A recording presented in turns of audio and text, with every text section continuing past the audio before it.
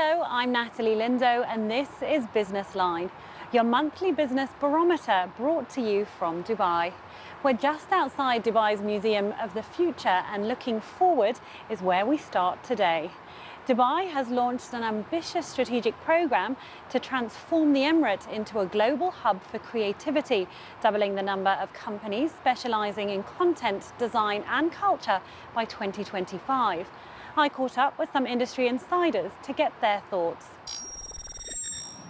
Dubai aims to increase the contribution of the creative economy to the country's GDP from 2.6% to 5% and launch new creative zones in culture, content, media, design and the arts. The creative economy strategy seeks to more than double the number of creative and cultural companies operating from 8,300 now to 15,000 over the next 4 years. With creative jobs expected to be bolstered from 70,000 to 140,000 jobs in the coming period. Company formation specialists Virtuzone say they have already seen an uptick in inquiries. Great news for the industry and for the UAE as a whole. It's very encouraging to see Dubai supporting this type of initiative to bring foreign companies plus support local talent when it comes to the creative sector. So Dubai is, the leader when it comes to setting up and making sure that there is the right infrastructure. The announcement was clear when it comes to a proper framework to support the creative industry. But what support already exists for the industry in the city?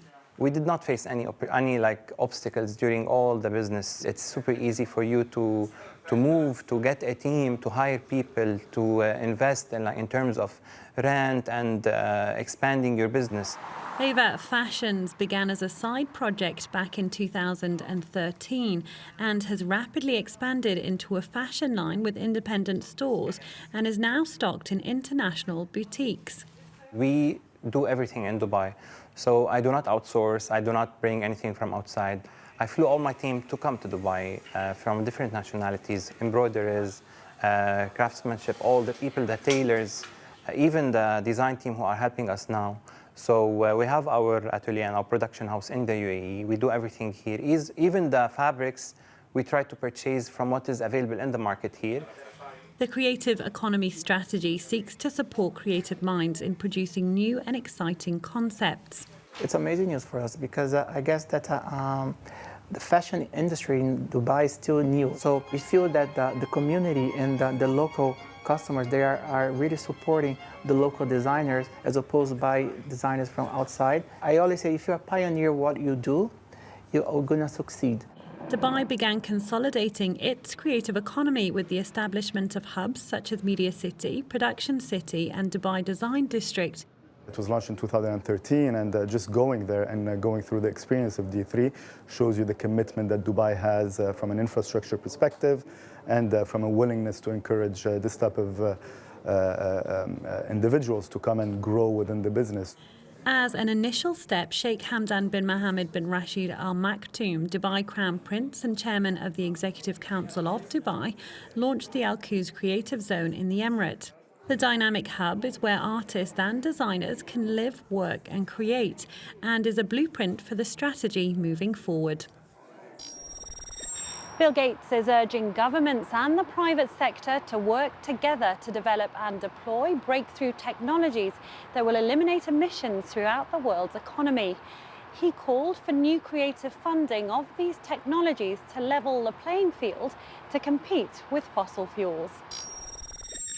Bill Gates was speaking at US President Joe Biden's virtual Global Climate Summit. The Microsoft Corporation co-founder and philanthropist was addressing over 40 global leaders remotely. Almost all of our zero-carbon technologies are more expensive than their fossil fuel counterparts. To provide all the benefits of the modern lifestyle to people around the world, we need new zero-carbon products that are just as affordable, that have what I call a green premium of zero. Gates discussed how governments and corporations need to adopt policies to make it faster and cheaper to make the transition away from fossil fuels. We need to develop and deploy breakthrough technologies that allows to eliminate emissions throughout the physical economy. Second, we need to tap the power markets to fund and deploy these innovations, for example, by finding creative ways to finance technologies and by leveling the playing field so they can compete with fossil fuels. Third, governments and corporations need to adopt policies that will make it faster and cheaper to make the transition. He rounded out his presentation by urging leaders to reward those who take difficult steps to reduce carbon emissions and bring meaningful impact on climate change. As the UK begins to cautiously reopen, its world-famous West End is preparing to welcome audiences back to the theatre. The industry, which employs 300,000 people, has been shut for over a year, putting thousands of jobs at risk. Noah Thomas saw his name in lights, and then the lights went out. The 21-year-old actor left drama school to take on the lead role of the London West End musical Everybody's Talking About Jamie. He made his debut in early 2020, and weeks later, as the coronavirus pandemic spread over Britain, the theatres shut. The thing that we have is that we stand our ground and we say, no, we're coming back to do our jobs. We're not going to give up what we do and what we've trained to do. The industry, which employs around 300,000 people, has remained closed for business for most part of the past 13 months, endangering thousands more jobs in bars, restaurants and hotels. Unlike other industries, many theatre workers fell through the cracks when it came to government support. Nika Burns, who owns the Apollo and 5 other London theatres, has invested in cast, crew and front-of-house testing, sanitizer stations and e-ticketing. She's removed seats so that audience members can keep a safe distance from each other. I watched audiences leave the theatres much, much happier than when they arrived. About a third of West End theatres plan to reopen in the coming weeks, with further restrictions due to be eased on the 21st of June. But that could be paused if the virus starts to surge again. After strong criticism, the British government has handed out more than €1.38 billion in bailout grants and loans to arts and culture organisations. While staff and fans are concerned about the impact so far, many are in agreement that the show must go on. That's all we have time for in this edition of Business Line. But be sure to tune in again next month for a roundup of the biggest business and investment stories from around the globe. I'll see you then.